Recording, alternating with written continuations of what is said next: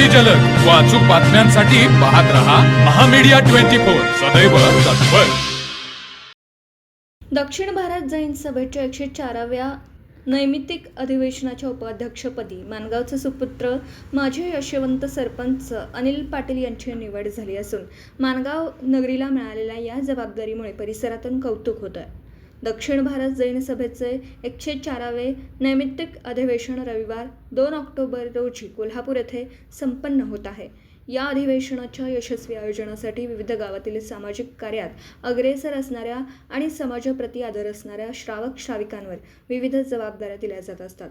अशीच जबाबदारी माणगाव तालुका हातकणंगलेतील माजी सरपंच अनिल नरसगोंडा पाटील यांच्या रूपाने माणगाव नगरीला मिळाली।